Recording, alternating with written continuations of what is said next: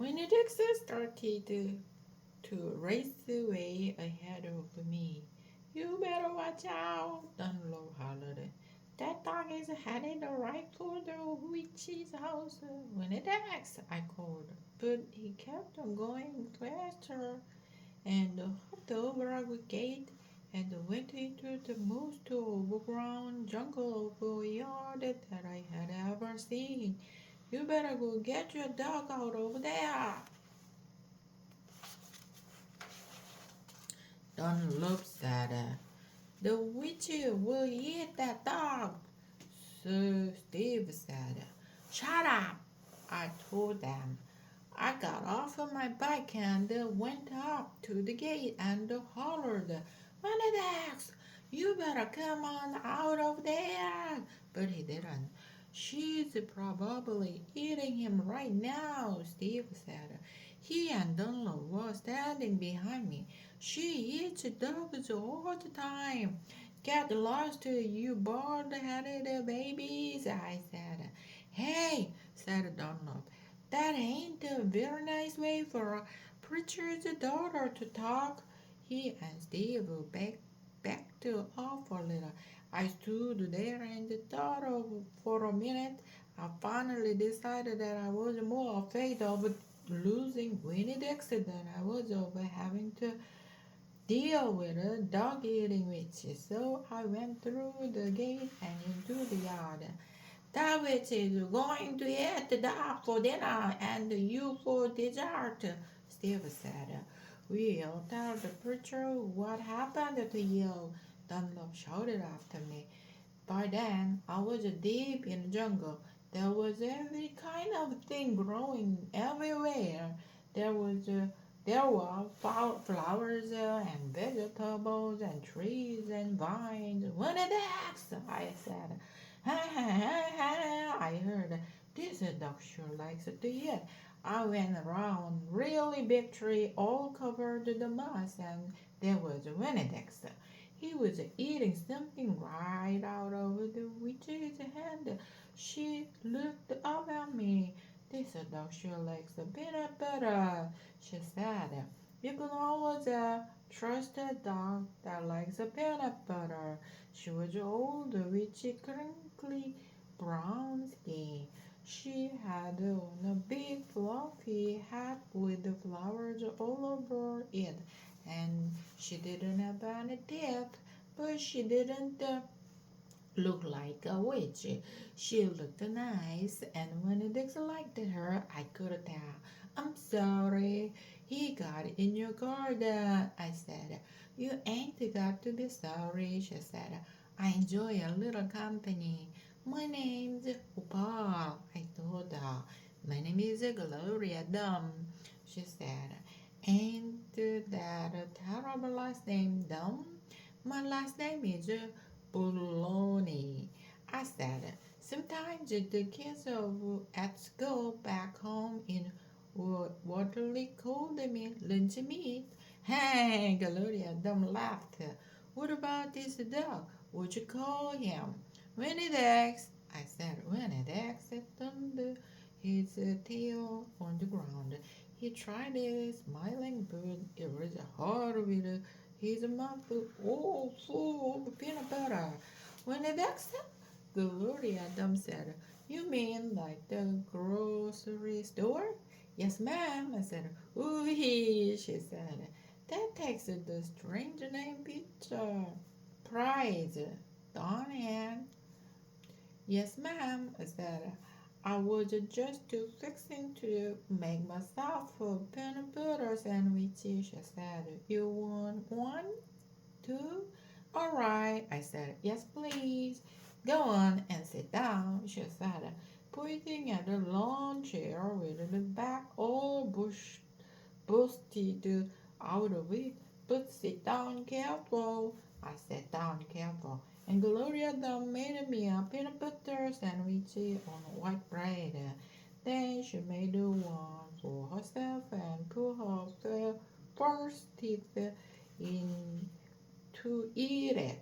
When she was done, she said to me, "You know, my eyes ain't too good at all. I can't see nothing but the general shape of things, so I got to rely on my heart. Why don't you go on and tell me everything about yourself so as I can see you with my heart? And because Benedict was looking up at her like she was the best thing he had ever seen, and because the peanut butter sandwich had been so good, and because I had been waiting for a long time to tell some person everything about me, I did. Chapter 10. I told Gloria them everything. I told her how me and the preacher had just moved to Naomi and how I had to leave all my friends behind. I told her about my mama leaving and I listened to 10 things that I knew about her. I explained that here in Naomi. I missed the mama more than I ever had in Waterloo. I told her about the preacher being like a turtle, hiding all the time inside his shell. I told her about finding Benedict in the produce department and how, because of him, I became friends with Mr. Franny Black and got a job working for a man named Otis at Good Bruce Pets and got invited to Sweetie Pie Thomas's birthday party. I even told Gloria how Dunlop and Steve Dewberry called her a witch, but I told her they were stupid and mean, bald-headed boys, and I didn't believe them, not for long anyhow. And the whole time I was talking, Gloria Dom was listening. She was nodding her head and smiling and frowning and saying, said, isn't that right? I could feel her listening with all her heart and I felt good. It felt good. You know what? She said, when I was all done, what could be that you got more of your mama in you than just red hair and freckles and running fast. Really? I said, like what? Like maybe you got her green thumb. The two of us could plant something and see how it grows past your thumb out. Okay, said. Well, Gloria then picked for me to grow as a tree. Well, she said it was a tree. To me, it looked more like a plant. She had me dig a hole for it and put it in the ground and pat the dirt around it tight like it was a baby and I was tucking it into bed. What kind of a tree is it? I asked Gloria Dunn. It's a wait and see tree, she said. What does that mean? It means you got to wait for it to grow up before you know what it is. Can I come back and see it tomorrow? I asked. Child, she said, as long as this is my garden, you are welcome in it. But that tree ain't going to have changing much by tomorrow. But I want to see you too, I said. Hmm, said Gloria Dunn. I ain't going nowhere. I'll be right here. I walk. Winnie Dix up then. He had a peanut butter in his whiskers and he kept yawning and stretching. He licked Gloria Dunn's hand before we left and I thanked her. Then when the preacher was talking me into bed, I told him how I got a job at Gertrude's Pets, and I told him all about making friends with Miss Franny Black and getting invited to the Sweetie Pie's party, and I told him about meeting Gloria Dunn, Benedict, lay on the floor, waiting for the preacher to leave so he could hop up and the bed like he always did. When I was done talking, the preacher kissed me good night. And then he leaned way over and gave Benedict his kiss too, right on top of his head. You can go ahead and get up there now, he said to Benedict. Benedict looked at the preacher. He didn't smile at him, but he opened his mouth wide, like he was laughing, like the preacher had just told him the funniest joke in the world, and this is what amazed me the most. The preacher laughed back. Benedict hopped up on the bed, and the preacher got up and turned out the light. I leaned over and kissed Benedict too, right on the nose, but he didn't notice. He was already asleep and snoring. Chapter 11. Good night. There was a real bad thunderstorm, but what woke me up wasn't the thunder and lightning. It was Benedict whining and putting his head against my bedroom door. Benedict, I said, what are you doing? He didn't pay any attention to me. He just kept beating his head against the door and whining and whimpering.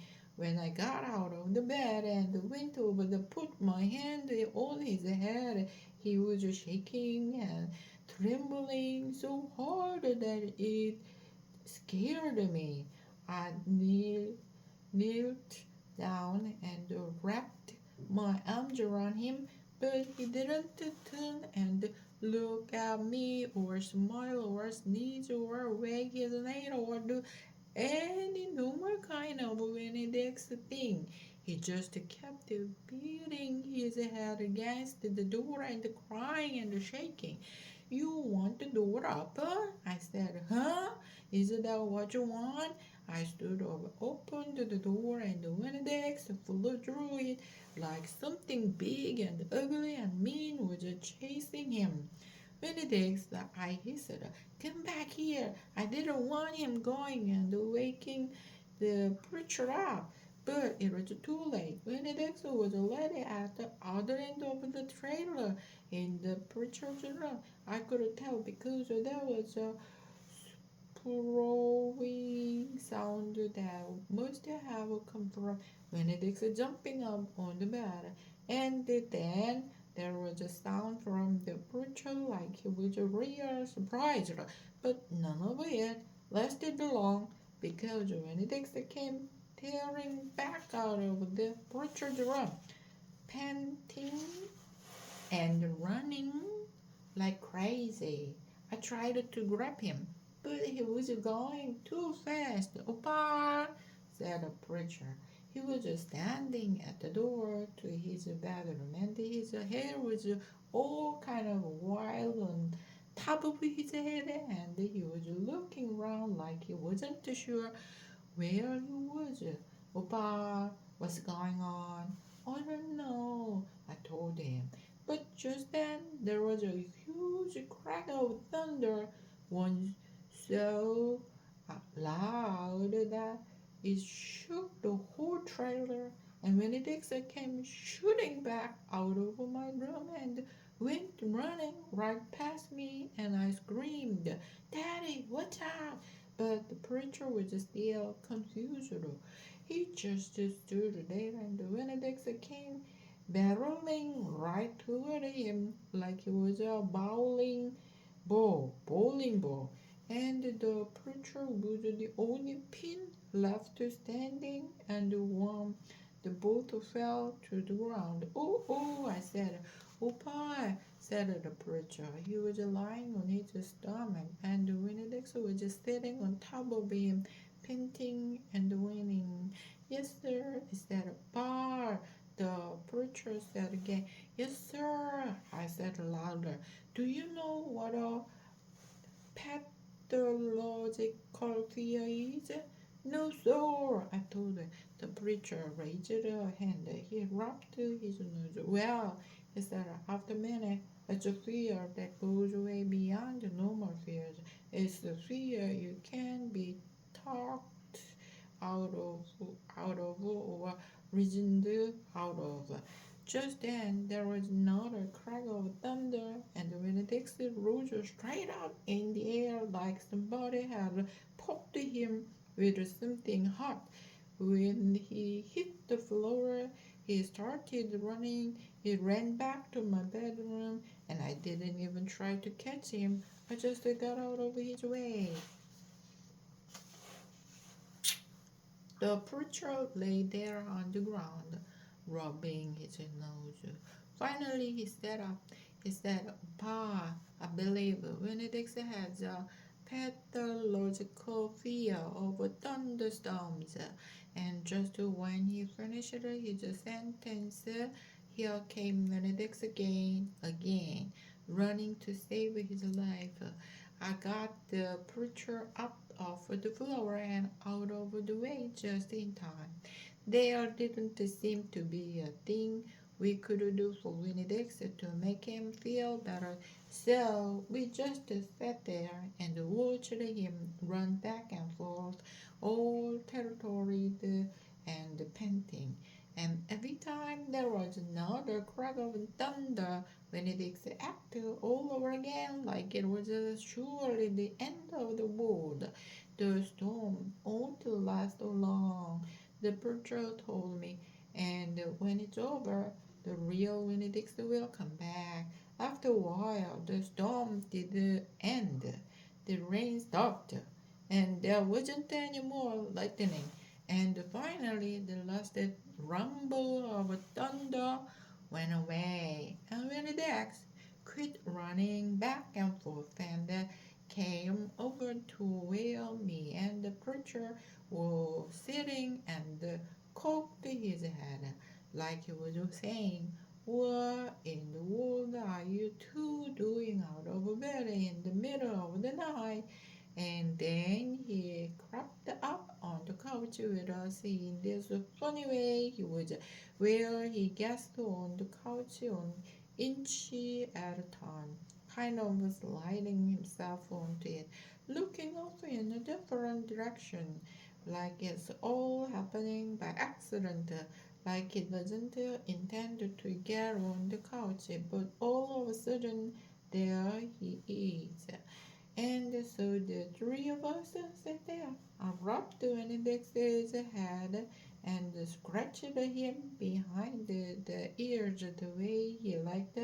And the preacher said, "There are an awful lot of thunderstorms in Florida in the summertime." "Yes, sir," I said. "I was afraid that maybe he would say we couldn't keep a dog who went crazy with a pathological fear every time there was a crack of thunder. We'll have to keep an eye on him," the preacher said. He put his arm around Benedict's. "We'll have to make sure he doesn't get out during the storm. He might run away. We have to make sure we keep him safe." "Yes, sir," I said again. All of a sudden, it was hard for me to talk. I loved the preacher so much. I loved him because he loved Benedict. I loved him because he was going to forgive Benedict for being afraid. But most of all, I loved him for putting his arm around Benedict like that, like he was already trying to keep him safe. Chapter 12. Me and Benedict got, got through pets so early for my first day of work that the closer sign was still in the window, but when I pushed it on the door, it swung open, and so we went on inside. I was about to call out to Otis that we were there, but then I heard music. It was the prettiest music I have ever heard in my life. I looked around to see where it was coming from, and that's when I noticed that all the animals were out of their cages. There were rabbits and hamsters and gobills and mice and birds and lizards and snakes, and they were all just sitting there on the floor like they had turned to stone. And Otis was standing in the middle of them.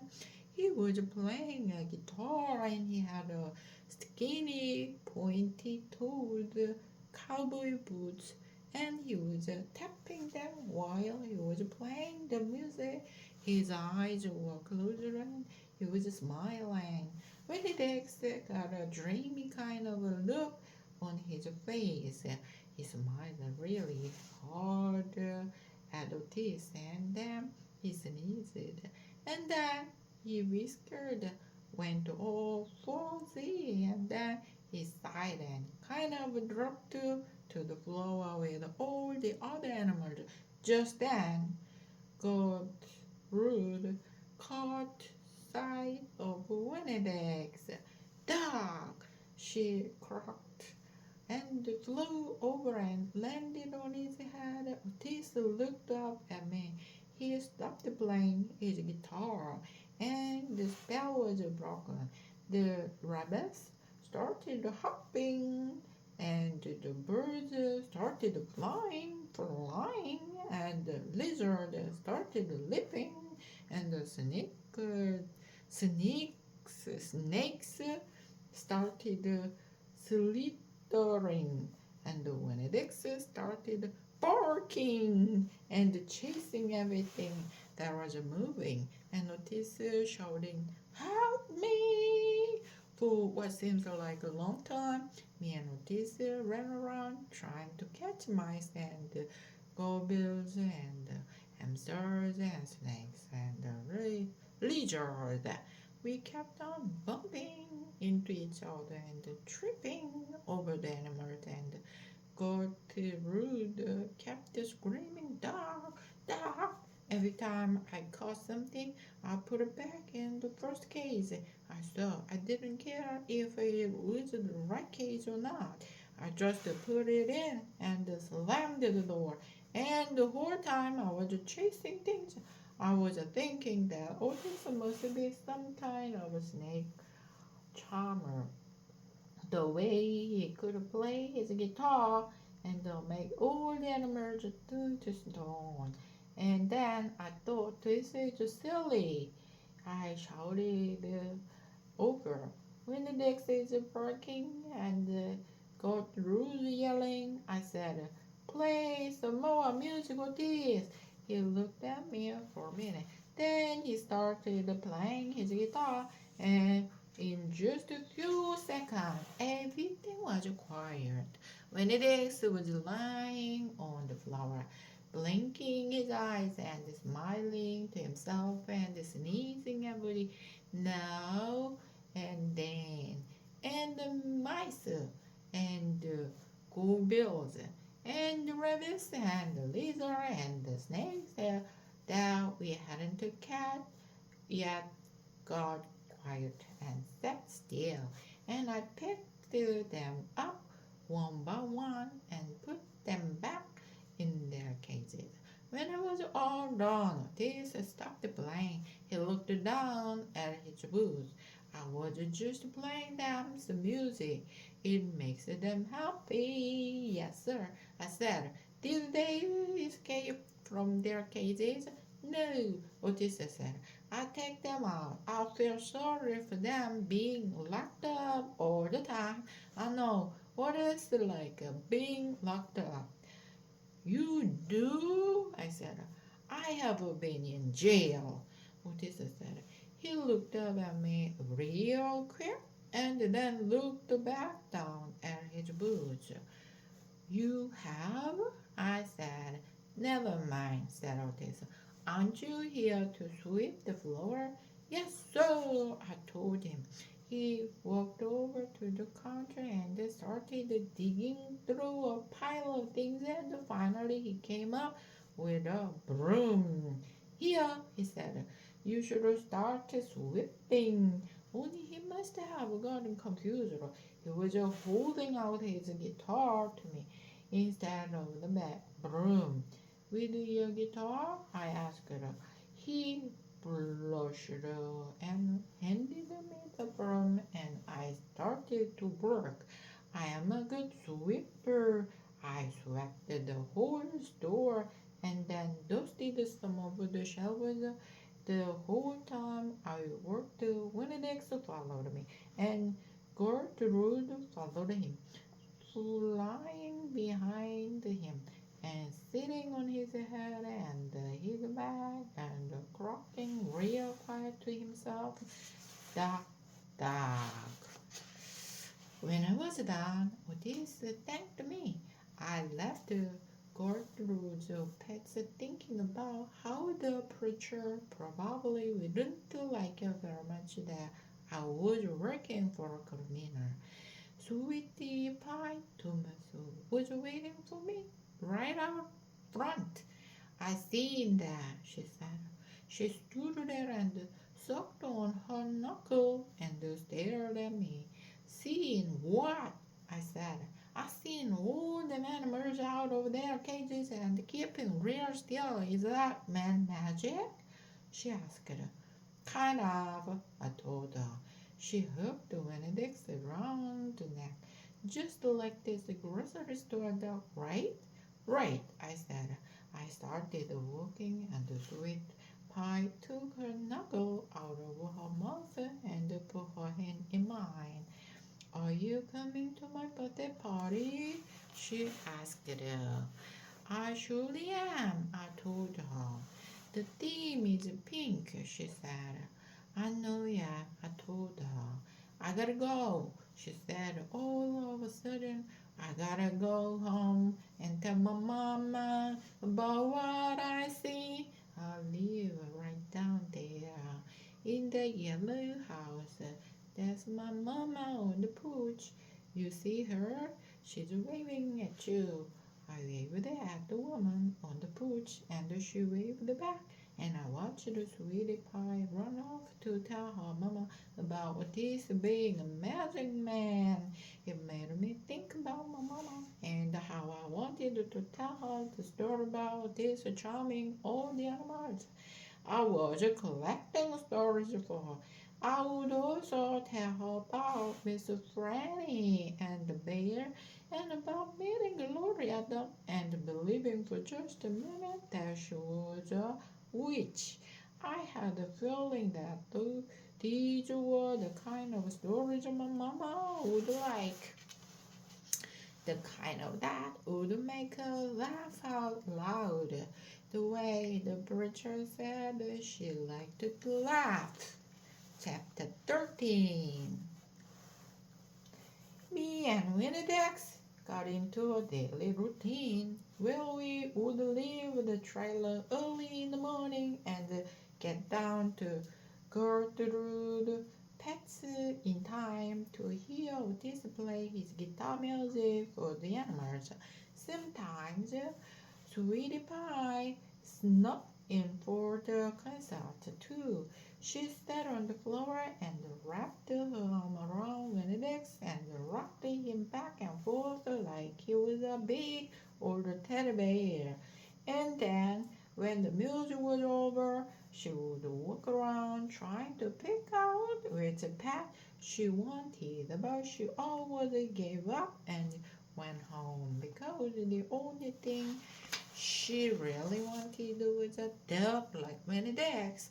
After she was gone, I would sweep and clean up and even arrange some of Otis's shelves because he did not have an eye for arranging things, and I did.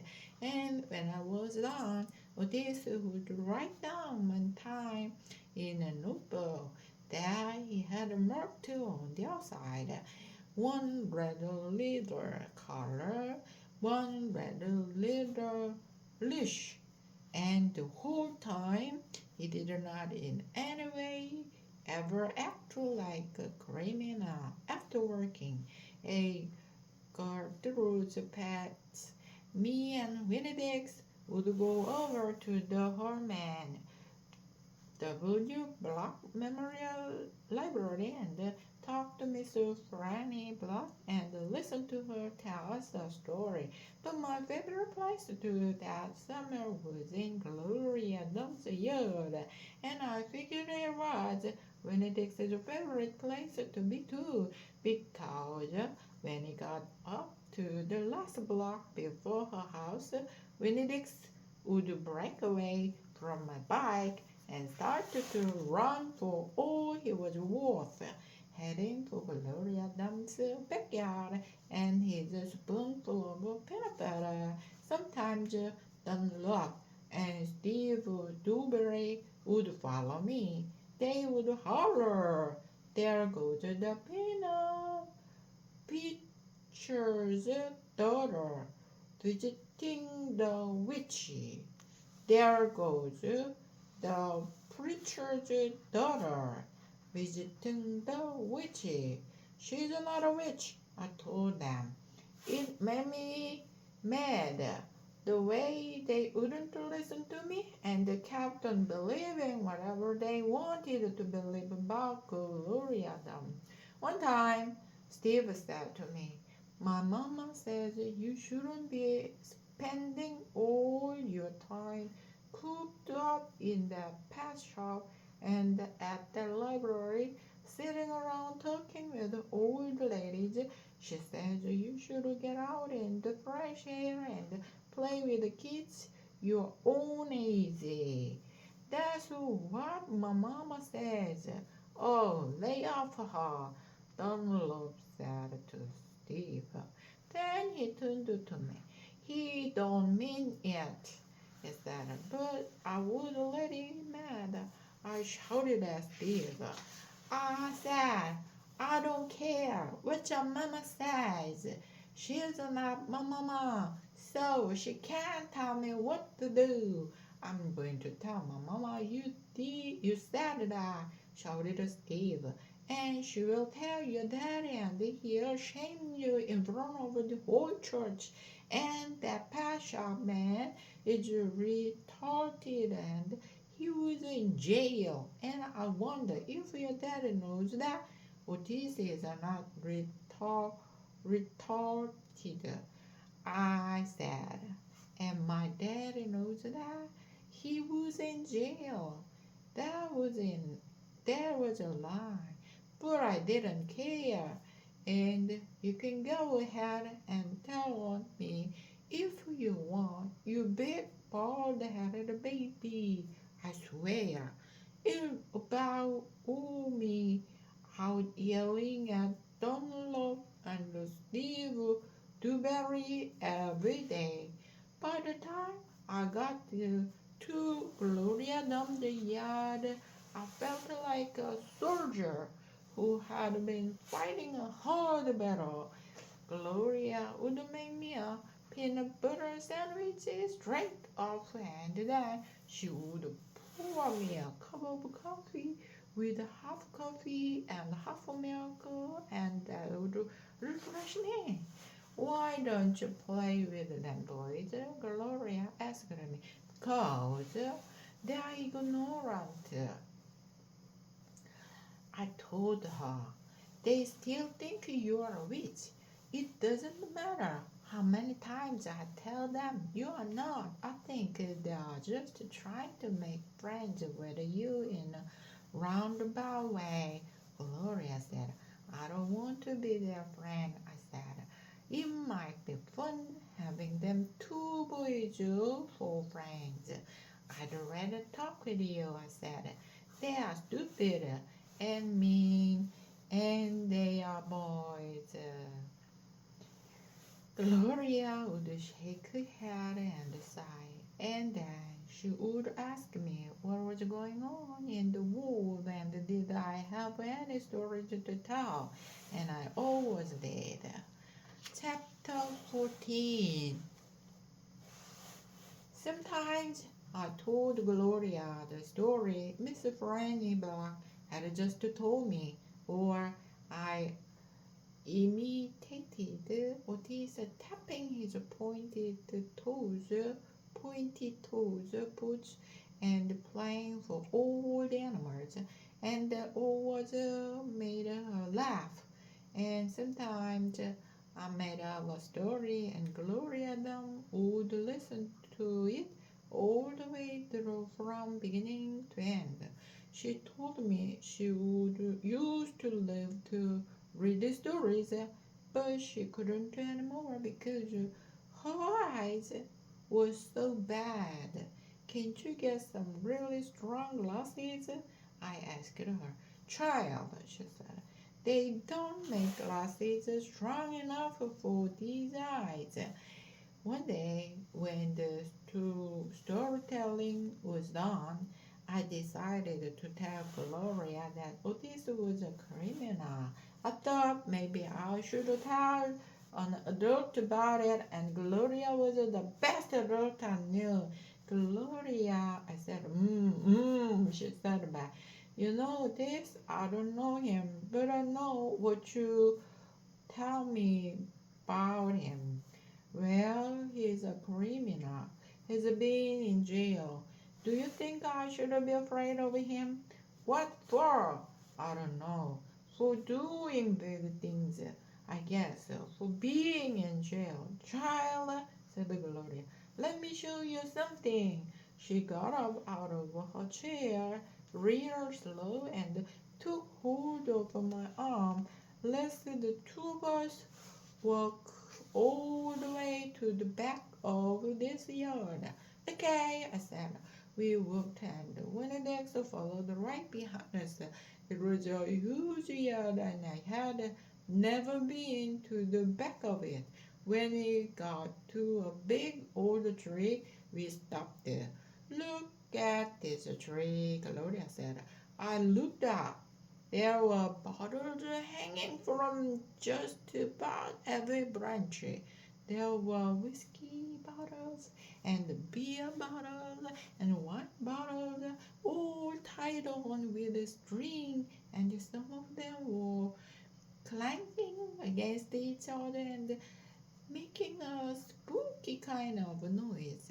Me and Benedict stood and stared at the tree, and the hair on top of his head rose up a little bit, and he growled deep in his throat. Gloria Dunn pointed her cane at the tree. What you think about this tree? I said, I don't know. Why are all those bottles on it? To keep the ghost away. Gloria said, what ghost? The ghost of all the things I done wrong. I looked at all the bottles on the tree. You did that many things wrong? I asked her. Said Gloria. More than that. But you're the nicest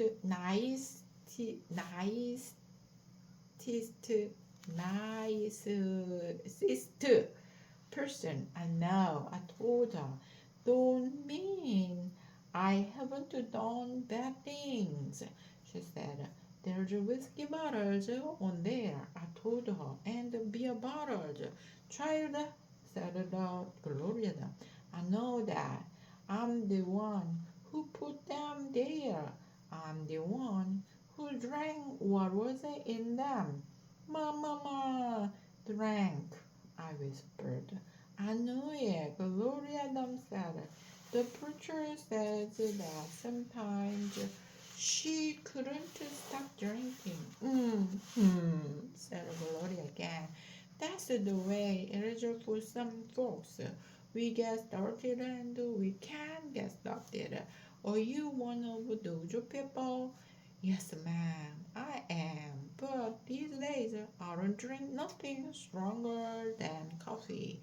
Did the whiskey and the beer and wine, did they make you do the better things that are ghosts now? Some of them, said Gloria Dunn. Some of them I would have done anyway, with alcohol or without it, if I learned. Learned what? Then what is the most important thing? What's that? I asked her. It's different for everyone, she said. You find out on your own, but in the meantime, you got to remember you can't always judge people by the things they done. You got to judge them by what they are doing now. You judge your teacher by the pretty music he plays and how kind he is to them animals, because that's all you know about him right now. All right, yes, ma'am, I said. And then, Newberry boys, you try not to judge them too harsh either, all right? All right, I said. All right then, said Gloria, and she turned and started walking away. When it noticed me with his wet nose and wagged his tail. When he saw I wasn't going, he trotted after Gloria. I stayed where I was and studied the tree. I wondered if my mama wherever she was had a tray full of bottles, and I wondered if I was a ghost to her the same way she sometimes seemed like a ghost to me. Chapter 15.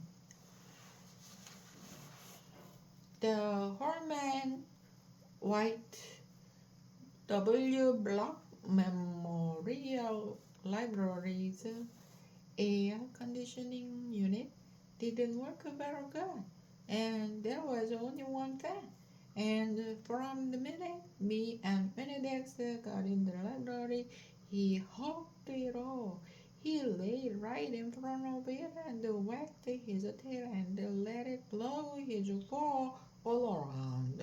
Some of his fur was pretty loose and blow right off his like a dandelion.